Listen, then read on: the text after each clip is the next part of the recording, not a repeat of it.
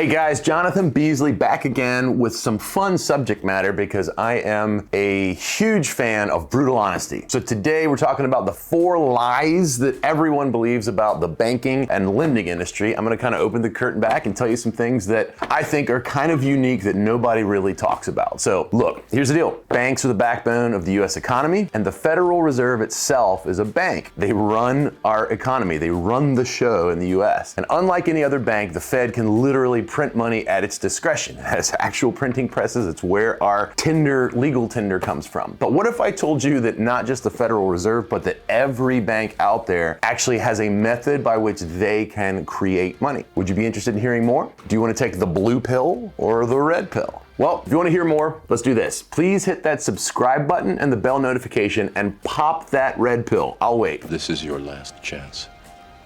After this, there is no turning back. Remember, all I'm offering is the truth, nothing more.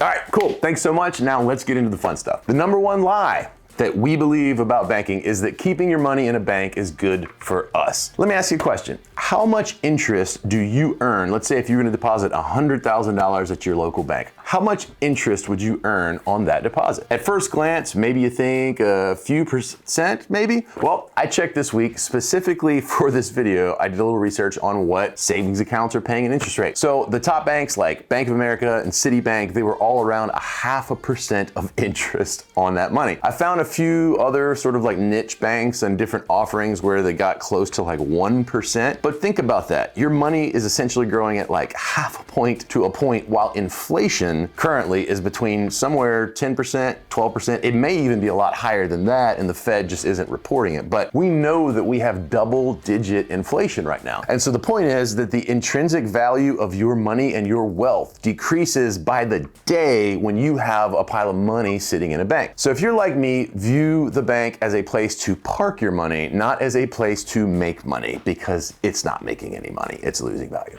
Number 2, banks take your money and then they make money with it and then tell you to thank them for it.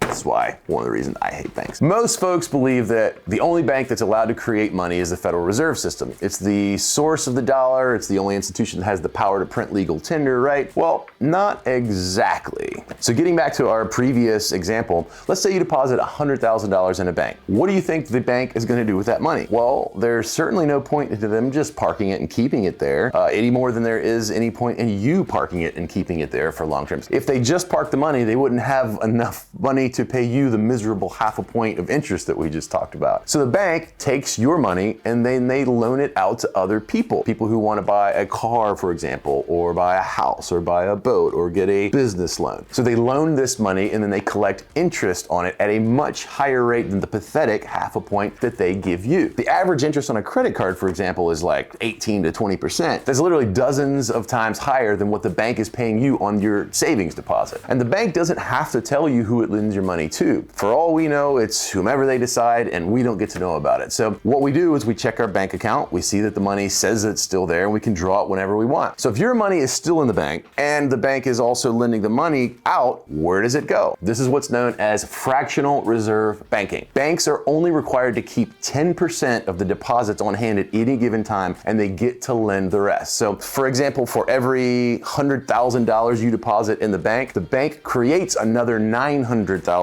and lends it to someone else, which then brings the total amount to $1.9 million. The bank literally created that $900,000 out of thin air, and it's not as difficult as you might think. It's essentially just digits on a computer. Wild, huh? Number 3, and this is actually what I enjoy doing for a living. You can make money by borrowing money from banks and investing it elsewhere. So here's a good example. In July of 2012, Mark Zuckerberg, you remember that guy, Mark Zuckerberg? One of the world's richest men, right? Yeah, that guy. So he financed a $6 million home in Palo Alto, which, by the way, for a billionaire, $6 million bucks, he's a little cheap in my opinion. But he bought this home 3 miles away from Facebook's headquarters in Palo Alto. And guess what he did to buy that house? Yep, He took out a 30-year mortgage. At the time, he was like 28 or 29 years old. He was the 40th, I think, wealthiest person in the world, had a net worth of like $16 billion, and he still went out and got a bank loan to buy a $6 million house. So the question is, why would Mark Zuckerberg go get a loan when he literally has hundreds of millions, if not billions of dollars in liquid assets available at any time and could easily afford, he could easily buy 100 houses that cost $6 million bucks. So why did he get a mortgage? Well, it's essentially because a mortgage is free money. Sound too good to be true, does it? Well, it isn't. Stick with me. At last report, the inflation rate was around 12%, assuming that we're being told the truth. I actually think it's much higher, but it was at 12%. Now, these are strange times that we're living in, and so these are very unique numbers because of all the things, all the printing of money and everything that's going on. So let's talk about more traditional numbers. Generally speaking, inflation averages in a normal economic cycle around 3%, 3 to 4%, something like that. So any money that you can borrow at or below the inflation rate is literally free money. You're getting to use the government's money for free. Zuckerberg's mortgage rate was a little below 2%. And for the past,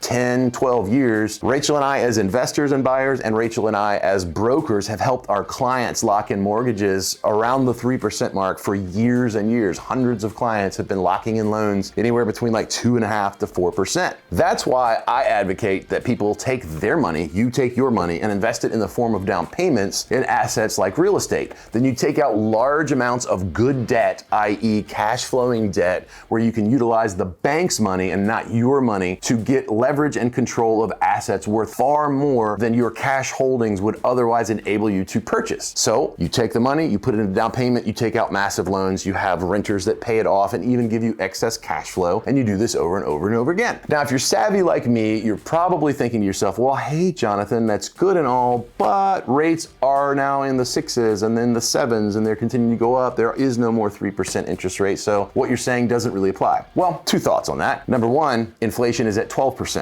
So by definition, any money that you borrow below the inflation rate, at or below, is free money. So you are coming out ahead. And also, I don't think rates are gonna keep going up forever. I don't think they're gonna stay this high forever. The Fed's indicated that they're gonna keep hiking. We have a few more interest rate hikes coming, but my opinion is within 24 months or so, we're actually gonna see the rates begin to trickle back down. Now, why I think that is for another video, but that's my take. And for now, I think the people who are taking action right now in this economy and locking in deals, let's say they're hitting a single or a double, not amazing deals, but they're locking in good deals. I think 2 to 3 years from now, they're going to turn those doubles into grand slams when they can refinance after the rates come back down. Number 4, there's no nice way to say this, so I'm just going to say it again, back to previous point of I'm a fan of brutal honesty. The richer you are, the lower interest rates you're going to get, period. It's a fact. Banks are not charity organizations. They are businesses just like any other, and their job is to maximize profit. They have shareholders to whom they are accountable to. They're also accountable to the federal government for how they operate, and if their business model isn't profitable, they're simply not going to survive. So that's why they're much more comfortable lending money to a rich person rather than a poor person. And I know that sounds terrible,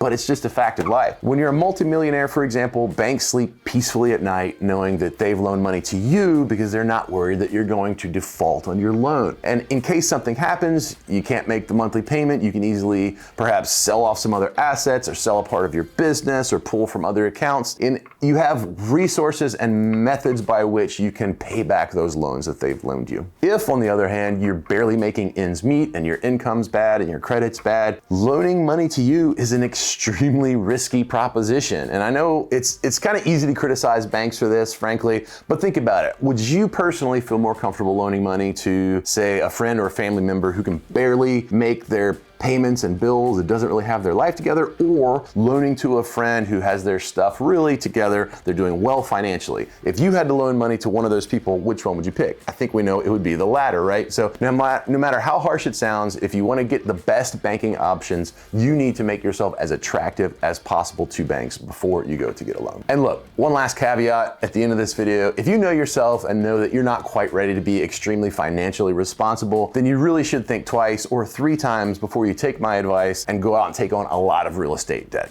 It definitely can be a dual-edged sword. I will say this though, if you have the right people around you and you have some patience and you make sound investment decisions over time and just continue to buy cash flowing assets, your victory and your financial freedom will become inevitable. Thanks for watching. I certainly hope you enjoy this. And if you did enjoy this, please hit the like button, the subscribe button, and the bell notification too. It would really mean a lot to me. And if you have questions, please feel free to comment below and I'll definitely respond to you. Until next time, I'm Jonathan Beasley, signing off.